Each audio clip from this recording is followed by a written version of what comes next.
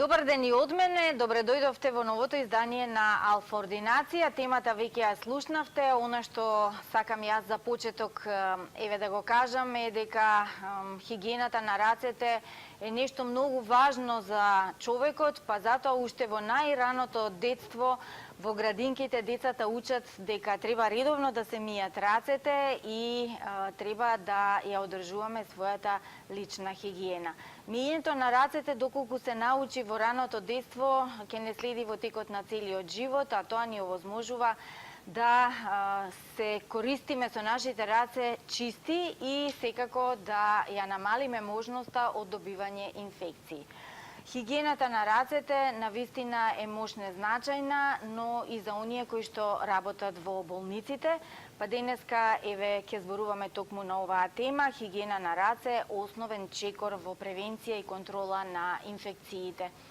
Мој денешен соговорник и гостин е Александар Стојковски, медицински техничар за превенција и контрола на инфекции и клинички супервизор за квалитет од Аџибадем Систина болницата. Добар ден, добре ни дојдовте. Добар ден, добро најдов. На почетокот веднаш да кажам дека денеска имам одличен соговорник со кој што навистина можеме да разработиме многу прашања во однос на тоа каков е квалитетот на хигиената во болниците и колку е значајно да се има чисти раце ако се работи во болница. Од 2010 година Светската здравствена организација во рамки на првиот глобален предизвик за безбедност на пациентите, чиста нега е безбедна нега, го воспостави одбележувањето на 5 мај, ден на хигиена на раце. 5 мај е зад нас, како го одбележавте овој ден? Мало дополнување, 2009 година Светската здравствена организација објавува еден огромен труд од некои 700 страници, каде што за прв пат Светската здравствена организација признава дека инфекциите или поголемиот дел од инфекциите потекнува точно од несоодветната хигиена на рацете. 2009 е годината, 2010 година го поставуваат 5 мај како ден за хигиена на рацете и со документот се поставуваат точно 5 моменти кога точно треба и во право време да се направи хигиената на рацете. Минатогодишното мото за хигиена на рацете беше борба на мултирезистентните бактерии со соодветна хигиена на рацете и намалената употреба на антибиотиците, а ова годинешното мото на Светската здравствена организација беше спречете ги септикемиите преку чисти раце. Нашата болница го обележа овој ден со едукативни програми во и надвор од болницата, меѓутоа за тоа малку подоцна. Така, ќе зборуваме во текот на емисијата. Јас би сакала еве на почетокот да кажеме дека во болниците навистина многу пациенти, посетители, медицински персонал и нормално е да има бактерии. Меѓутоа, пациентите се тие кои што треба да ги заштитиме на некој начин. Рацете се првото нешто што можеме да... Основната алатка. Така, основната алатка и првото нешто што можеме навистина да го подигнеме квалитетот, хигиената на рацете. Од тука се јавуваат и другите инфекции, предпоставувам ќе се согласите со мене. Па ајде да објасниме, значи, за кои се тие интрахоспитални инфекции поврзани со чистотата на рацете? Секоја година во светот, ова е податок од 2016 година, која што го ја објави Светската здравствена организација, дека 2 милиони пациенти заболуваат од инфекции поврзани со пристап во болничка средина, а за жал 4,5%, односно 90.000 од нив умираат токму од тие инфекции. Во 1994 година Центарот за контрола на заболувања на Соединетите Американски држави, или за нас здравствените работници подобро познат како CDC, објави еден труд каде што терминологијата интрахоспитални инфекции ја замени со инфекции поврзани со престој во здравствена средина, односно болничка средина. Зошто го направи тоа? Затоа што терминологијата интрахоспитални инфекции објаснуваше инфекции кои што ќе се појават исклучително само за време на лекувањето на пациентот, но што се оние кои што од кога ќе замине пациентот дома. Затоа ја проширија таа терминологија и времетраењето на појавувањето на инфекциите оваа терминологија го измени. Постојат два типа на инфекции кои што се појавуваат кај пациентите. Тие се инфекции кои што се диагностицираат за време на приемот кај пациентите, значи доаѓаат пациенти со инфекции и тие во стручната литература се викаат point of admission infections. И healthcare associated infections, односно инфекции поврзани со престој во болничка средина, се оние емпириски значајните за нас, кои што всушност се поврзани со престој и се добиваат за време на престојот во болничката средина. Може да се манифестираат за време на престојот, меѓутоа може да се манифестираат и кај некој докажано е дека може да се манифестира дури и година дена после заминувањето на пациентот од таа болничка средина, сепак се поврзани. Ајде да кажеме какви компликации може да настанат од ваквиот вид на инфекција. Токму тоа ги дели инфекциите, оние инфекции поврзани со престој во болничка средина, токму тоа инфекциите ги дели на неколку групи: пневмонии, основните, уринарни инфекции и септикемии, и оние кои што се можеби најпознати кај нашите пациенти се инфекциите на хируршките рани. Сите овие имаат своји подкатегории и позначени подкатегории односно ваквите големи групи. Подкатегориите се инфекции поврзани со некое инвазивно средство. Па да речеме кај пневмониите, позначена е пневмонии поврзани со механичка вентилација, пневмонии кои што се јавуваат кај пациенти кои што се врзани со респиратор, или септикемии поврзани со употреба на централен венски катетер. Знаете, централниот венски катетер е уред низ кој што пациентите подолго трајно примаат некаква терапија. Уринарни инфекции поврзани со употреба на уринарен катетер и кај инфекциите поврзани со хируршка рана се делат на 4 категории во однос на длабочината и зафатеноста на ткивото кое што ќе продре со инфекцијата. Деликатно е да зборуваме за процентот на појавата на овие инфекции во болнички рамки, па затоа ќе го формулираме прашањето за да го добиеме одговорот за тоа колку се јавуваат, како се изразуваат, како се пресметува сето тоа. Зошто е практично деликатно да се изрази тој процент? Деликатно е да се изрази процентот затоа што кога во епидемиологијата и статистиката ќе дадете груба бројка, таа ќе звучи страшно. Меѓутоа таа груба бројка треба да се направи со некаков веќе пресметан ризик. За жал во Република Македонија се уште немаме пресметани ризици по основ на старост на населението, пол на населението, за да можеме тие бројки да ги пресметаме и да можеме да дадеме една точна статистичка вредност која што ќе ни биде референца за идно споредување. Инфекциите основно статистички се гледаат преку два моменти. Едниот момент е соодветната хигиена на рацете, односно согласно Светската здравствена организација и незиниот документ, 5 моменти за хигиена на рацете, секој момент треба да биде успешно и во вистинско време изведен и од секој тип на професија која што се наоѓа во болничката средина, да речеме од хигиеничарите, од болничарите, од медицинските сестри, техничарите, акушерките, лекарите. Сите ние на поинаков начин статистички се вреднуваме, за да можеме понатаму да дадеме една точна статистичка вредност како е изведена успешноста. Кога се зборува за инфекциите грубо, инфекциите не се презентираат во проценти.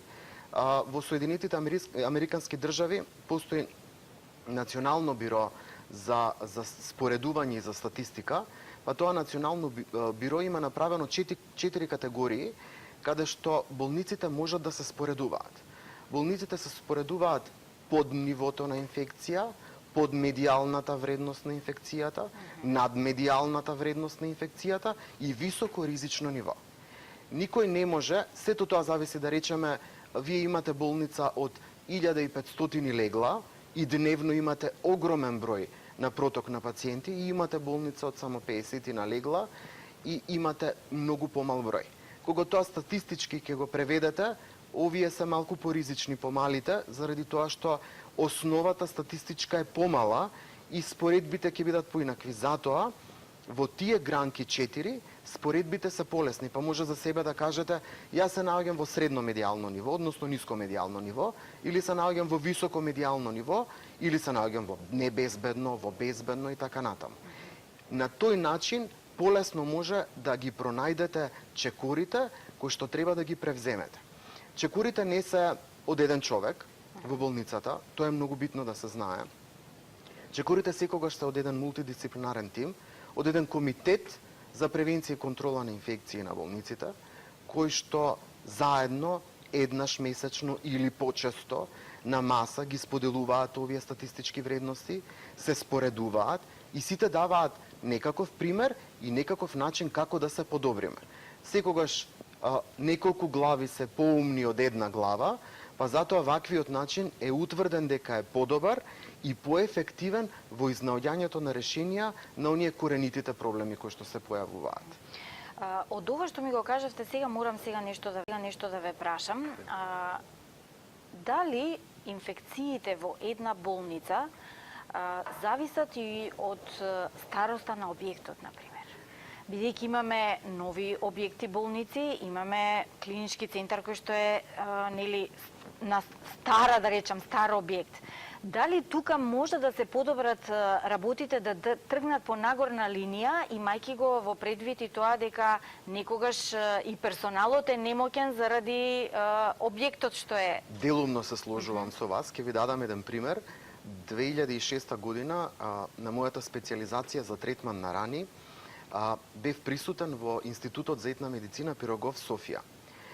Институтот за итна медицина Пирогов Софија е зграда која што датира од 1890 година. Верувајте ми, не е реновирана воопшто. Плочките се сини, онакви какви што ги поставиле русите кога ја изградиле болницата. Болницата е извонредно чиста. И сочувана што ме од 1800. Болницата е извонредно прецизно и точно организирана. Не се бориме со инфекциите преку нови болници. Се бориме со инфекциите преку соодветен менеджмент на болниците. Се бориме со инфекциите преку пронаоѓање на изворот, негово спречување за понатамошно ширење или соодветни мерки за превенција на истите.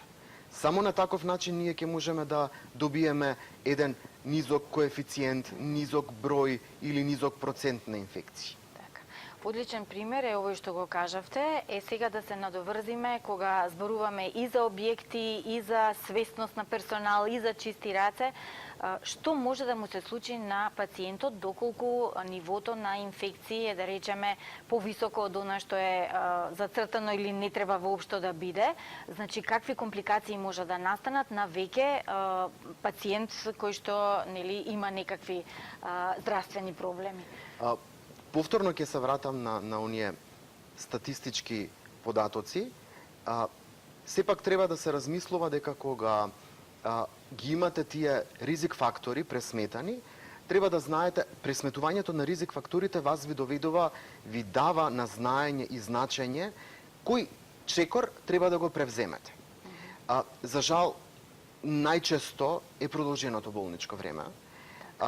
За болниците с големиниот финансиски трошок, она кое што во денешно време е многу важно и многу се внимава на истото, е несоодветната употреба на антибиотици или во ситуацијава веќе кога веќе постои дефинирана инфекција, тогаш прекумерната употреба на антибиотици, која што утре ќе доведе до соеви кои што се мултирезистентни и за жал веќе тие не можат да бидат третирани. Трајни последици, ампутации или било какви последици кои што се случуваат кај пациентот и за жал смртни исходи.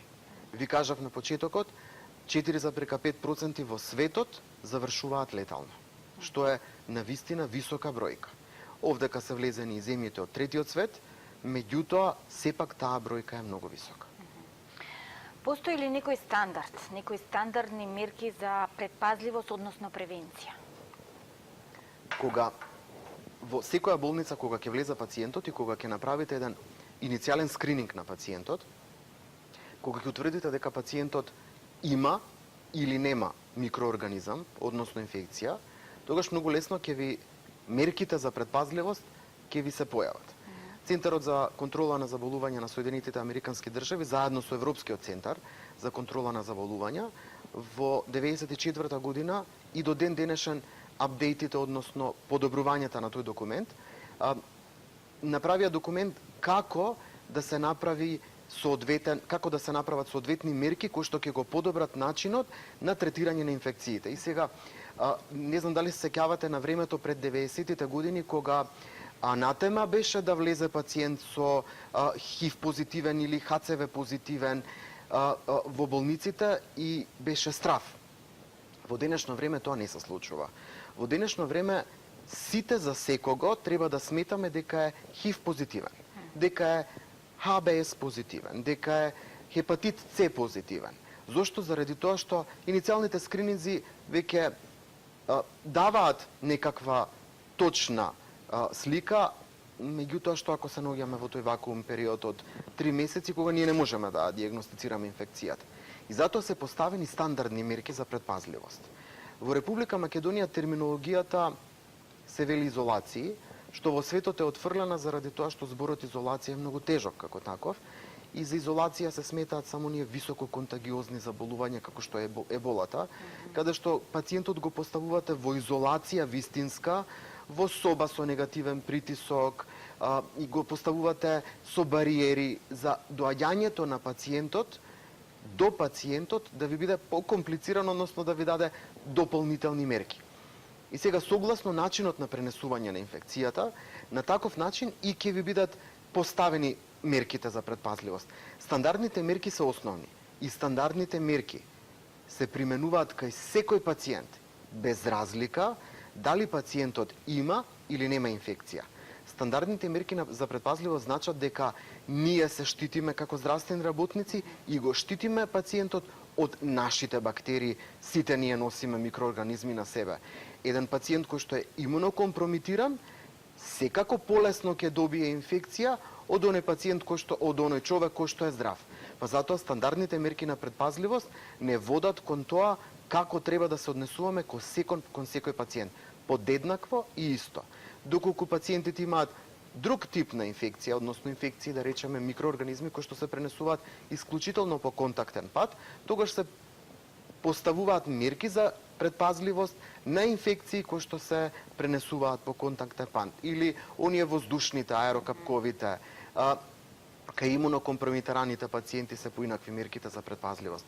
Меѓутоа, тие мерки на предпазливост се една звезда водилка на здравствениот персонал кој што ќе му даде многу лесни насоки како кон пациентот и кон себе.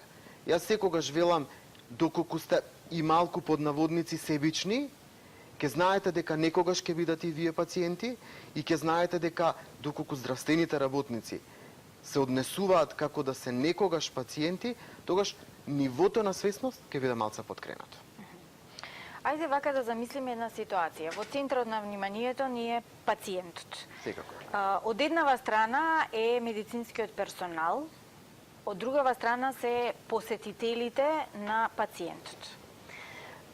Посетителите можат да доаѓаат на посета кога сакаат. Кога веќе ме вративте 90-тите пред малку, да се сетам, беше строго забрането. Значи се знаеше точно кога може да се влезе во болница на посета и што да се донесе, не и се и се што. Тука ја имаме таа ситуација на влегување на пациенти во секое време кај посетители кај пациентите. Од другава страна, медицинскиот персонал кој што е должен да дојде на работа. Дали персоналот е толку свесен да ако има настинка или некоја друг вид на инфекција, ќе рече денеска не доаѓам на работа за да ги заштитам пациентите. И за тоа постојат мерки. Така. Мерките за предпазливост секогаш се однесуваат на сите во болницата. Во болницата нема само пациенти. Во болницата пациентите се основни. Меѓутоа во болницата има здравствен персонал, административен персонал, помошен персонал, семејствата на пациентите, посетителите во болницата. Кога ќе го погледнете тоа едно множество на луѓе кои што се појавува во болницата, вие постојано треба да имате мерки, односно да бидете народско кажано на штрек, за да бидете подготвени во секоја ситуација. Клиничката болница Аџи-Бадем Систина во 2006 година, април месец, го доби престижниот златен печат од Joint Commission International за кој што е основ за стандардизација на болници во светот, и таму се појавуваат едни основни 6 цели интернационални за безбедност на пациентите. Овие цели за безбедност на пациентите се поставени 1994 година од Joint Commission Resources. Тоа е мајката организација која што се наоѓа во Америка и која што издаде околу 20 вакви цели за безбедност, и секои 3 години кога се обновуваат овие стандарди, ги менуваат интернационалните цели. Задаваат од тие 20 6. Верувале или не, инфекциите никогаш не се променија. Е основна цел која што постојано се повторува во овие 20 и повеќе години. Значи, секогаш се дава амплификација на инфекциите, на тоа да превенираме настанок на инфекциите во болничка средина. И како тоа ќе го направиме? И како го правите во Аџи-Бадем Систина? Како тоа ќе го направиме? Едукацијата е основна. Секогаш едукацијата треба да биде основна. Покрај тоа што, да речеме, крај секој болнички кревет има соодветен дезинфекцијски раствор со алкохоли за дезинфекција на рацете, или на оние места каде што треба да има мијалник и обичен сапун. Не ви е потребен антимикробен сапун за правилна хигиена на рацете. Верувајте ми, докажано е дека антимикробниот сапун во дневна употреба е многу поштетен отколку обичниот сапун. Па тој повеќе е штетен за нашата кожа, ќе се отворат рагади, ќе се отворат ранички, и на тие наши ранички ќе почнат нова инфекција на нашите раце, и така ќе се пренесуваат инфекциите. Основно е тоа, поставеноста на средствата. Меѓутоа, кога ќе ги поставите средствата, што со тоа? Ќе стојат и ќе изгледаат можеби убаво. Треба да се користат. Треба да се користат. Едукацијата не е само на здравствениот персонал. Здравствениот персонал има два типа на едукација. Има иницијална едукација, да речеме во нашата болница. Едукацијата е основна и иницијална за хигиена на рацете за секој вработен, без разлика дали е здравствен персонал или не, кој што влегува во нашата болница и се вработува во нашата болница. Прво поминува низ едукација за хигиена на рацете, а потоа еднаш годишно на една одредена тема која што комитетот ќе одлучи дека не достигала во изминатата година, ќе го амплифицира и ќе направи реедукација на сите вработени повторно. И веќе кога имате континуирана медицинска едукација, сето тоа полесно влегува во глава. Ќе ви кажам една анегдота за која што моите колеги се шегуваат со мене. Многу е смешно кога... Знаете, хигиената на рацете не се прави само ајде ќе ставам и толку. Тоа се едни чекори кои што постојано треба и правилно да се применуваат. Рацете се многу комплексен материјал, односно имаат многу кривини, не е топка, па ајде да замачкаме само. Сите треба да направиме соодветни чекори за сите оние кривини и ногти и прсти да ги опфатиме и за да сме сигурни. И многу е смешно кога ќе влезете во јавен тоалет и кога ќе ме видите мене, како сите чекори ги правам, ама тоа влегува во сршта. Тоа е природно, веќе кога едукацијата станува навика. И кога ќе ставите дезинфекционо средство на рацете, природно ќе ви дојде правилно да направите хигиената на рацете. Добро, здравствениот персонал ја направи. Кажавте, влегуваат посетителите. 90-тите години беше строго. Ништо не направивме со строгоста. Имавме 1 час за посета и во тој 1 час повторно може да настане инфекција. Ние не знаеме кои се посетители, меѓутоа кога ќе извршите соодветна едукација, медицинските сестри се одговорни за тоа. Кога ќе извршат соодветна едукација на пациентот и кога ќе му ги предочат сите оние проблеми кои што можат да му се случат од несоодветна хигиена на рацете, тогаш пациентот самосвесноста ќе му ја предизвикаме, ќе стане буден за сопствената околина, па тој ќе ги опоменува посетителите. Ние ги едуцираме и посетителите. Ние низ целата болница имаме поставено флаери за едукација и само едукација на пациентите и на посетителите како правилно и во кое време треба да направат хигиена на рацете. И верувајте ми, кога ќе влезете во една болничка соба, тоа ми се случи пред неколку дена, посетив пациент, влегувам во болничка соба, мене природно ми доаѓа да влезам, да направам хигиена на рацете и додека правам соодветната хигиена, аз го почнувам иницијалниот разговор со пациентот, ама нашата култура вели дека треба да се ракуваме.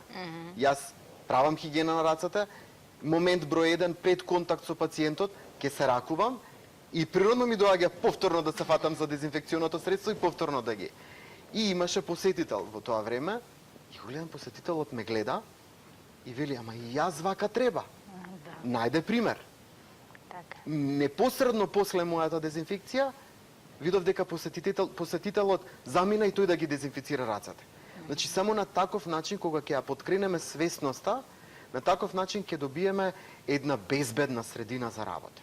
Јас безброј пати ги мијам рацете во текот на денот, дури кожата ми се чини дека ми е веќе сува, ама може ли еве да ни кажете и гледачите ќе научат како правилно се мијат и дезинфицираат рацете? Секако. Кои се тие движења? Секако се разбира.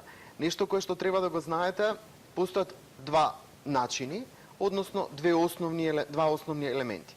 Првиот елемент е триење на рацете со дезинфекционо средство и миење на рацете. Триењето на рацете со дезинфекционо средство и миењето на рацете е потполно исто, само се разликува во првиот и во последниот чекор. Ќе ви го објаснам миењето на рацете и ќе навлеземе и во триењето на рацете. Она кое што сите грешиме е првиот чекор. Првиот чекор е прво ставаме сапун, па после вода. Го измивме сапунот. Прво се навлажнуваат рацете. Рацете треба убаво да бидат навлажнети. Потоа ставаме сапун. Постојат дилеми, односно не се дилеми, културолошки аспекти се. Тврдиот сапун во принцип не е дозволен за употреба. Зошто? Заради тоа што тврдиот сапун, целата нечистотија ќе остане на него од кога ќе го ставиме на нашите раце. Меѓутоа, сега се оди кон течни сапуни, гелови, пени. Доколку користите, верували или не, тврд сапун, тој треба да биде за еднократна употреба. Треба еднаш да го употребите и да го фрлите. Како порано користеле тврди сапуни и ништо не им било? Имале премногу сода во себе. Аха, тоа е. Има премногу сода. Така. Кога ќе ставите толку многу базна средина, ништо не може да живее. Ама нема ни вашите раце да живеат. Ќе ви станат многу суви, ќе ви бидат многу испукани и ќе имате многу рагати. И од кога добро сте ги навлажнили рацете, ќе го ставите сапунот и добро ќе направите пена. Прв чекор е во правењето на пена да ги испреплетате рацете и да ги измиете овие делови од прстите. Дланките и прстите. Внатрешните делови од дланките. Сега ние имаме и надворешен дел од рацете.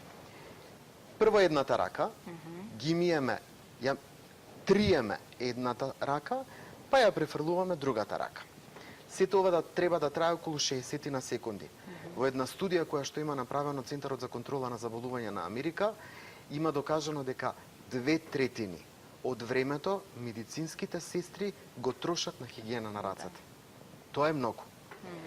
Јас децата на кои што им држам едукации, секогаш им велам пејте Jingle Bells, таа е една добра форма на време која што ќе ви каже колку време треба да потрошите. И во лето пејте, а? Пејте, слободно. Значи, ги завршивме надворешните делови и сега ги измивме сите делови, сите прсти, ама ни останаа палците. Ги миеме палците. Посебно. Другиот палец го миеме посебно. Ги измивме делумно делот на рацете. Сега доаѓа аспектот на прстите, врвовите на прстите. Ги фаќаме рацете и со притискање на овој дел од раката ги миеме врвовите на прстите. Овие прсти го мијат внатрешниот дел од рацете, а овој дел од раката го мие надворешниот дел од прстите. Убаво миете и на крај доаѓа онај најболниот дел за медицинарите, ноктите. Знаете, има правило. Ноктот не смее да биде подолг од 0,5 см или ако вака се погледнете, не смеете да си го гледате ноктот. Да. Тогаш сте безбедни. Добре. Меѓутоа има и за тоа една студија која што има направено Институтот за Каролинска во Шведска, која што навистина е поразувачка. Во една општа популација направена е студија и земени се брисеви од ноктите кај жени кои што имаат гелови и кои што имаат надградби на ноктите, верувале или не, 100 од 100 имаат фекални бактерии. Страшно. На здравје јадењето. Страшно. На здравје јадењето. Сега, од кога ги направивме сите тие чекори, ни останаа ноктите. На оваа рака ги триеме ноктите и на оваа рака ги триеме ноктите. Еден чекор кој што се разликува во триењето и миењето е ставањето на сапун или дезинфекционо средство. Ставањето на дезинфекционо средство треба да биде да кога ќе ја поставите вака раката, ќе ви се направи една природна чашка, кога ќе исполните таа чашка со дезинфициенс, тоа е доволно. Значи, ако јас имам огромна рака, треба поголемо количество. Ако имам мала рака, треба помало количество, затоа и не се оди од аспектот на ставете 5 милилитри. Не се кажува во милилитри, во количина, туку се става доволна количина за да исполните чашката која што сте направиле со раката. И од кога сте ја исполниле чашката, тогаш започнувате со сите чекори. Кога ќе завршите со овој чекор, сега ќе одиме да речеме на миењето на раце, треба да ги исплакнете рацете и чешмата не се допира.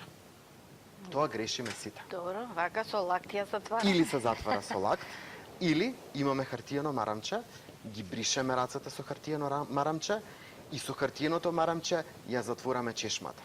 Чешмата е еден многу нечист дел во тоалетот. Па сме ја Па нели ја фативме, така? Пред да Нели ги ја пиеме. отворивме. Да. Сега треба да бидеме безбедни да останеме со чисти раце. Ама одиме понатаму, кваката треба да ја отвориме од вратата, нели? Веќе сме отворили, веќе кога имаме чисти раце, знаеме дека сите останати елементи кои што ни се во домот, во болничката средина, ќе ни останат чисти, ние нема да ги контаминираме. Затоа има едно правило во 5 моменти на хигиена на рацете по напуштање на средината на пациентот, соодветна хигиена на рацете. Од кога сме го завршиле тоа, вашите раце се чисти. Кај дезинфекцијата на рацете, всушност вие сте го завршиле чекорот со завршувањето на ноктите, заради тоа што доколку правилно и толку трајно колку што треба сте ја извршиле хигиената на рацете, дезинфекционото средство ќе се исуши и вашите раце веќе се безбедни и се суви. Одлично, еве научивме нешто ново. Сакам нешто, се извинувам што ќе ве прекинам, сакам нешто да дополнам околу хигиената на рацете. Во хигиената на рацете и во едукацијата секогаш треба да влезе еден момент кој што се вика бонтон, прикашлање и прекивање. Сега имав можност да посетам повеќе училишта и го утврдив нашиот културолошки проблем. Ставете рака на уста. Не се става рака на уста. Никогаш.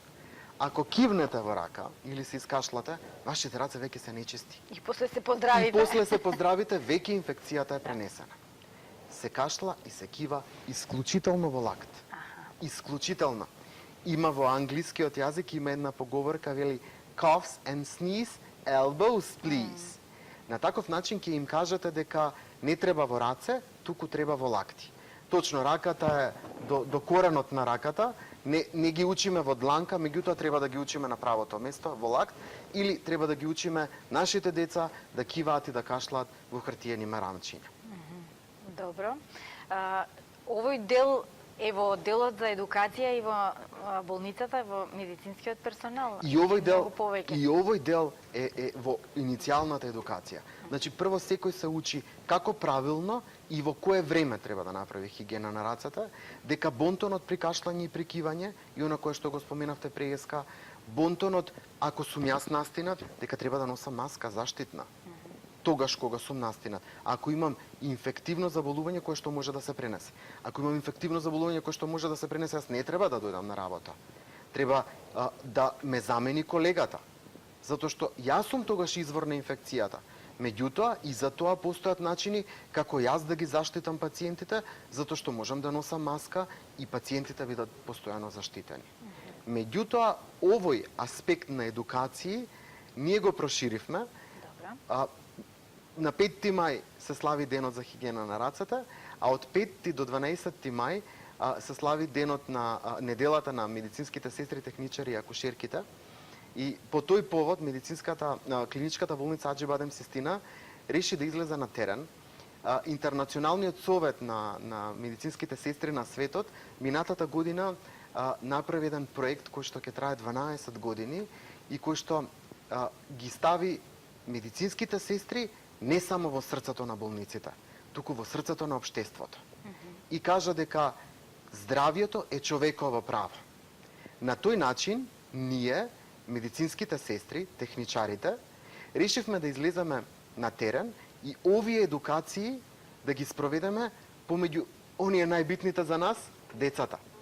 Посетивме околу 15 на градинки, училишта, средни училишта, направивме едукација на повеќе од 1000 деца, посетивме гериатриски установи, каде што на тие луѓе им помогнавме во начинот како треба здраво да се исхрануваат, како треба да внимаваат на сопственото здравје со соодветна хигиена.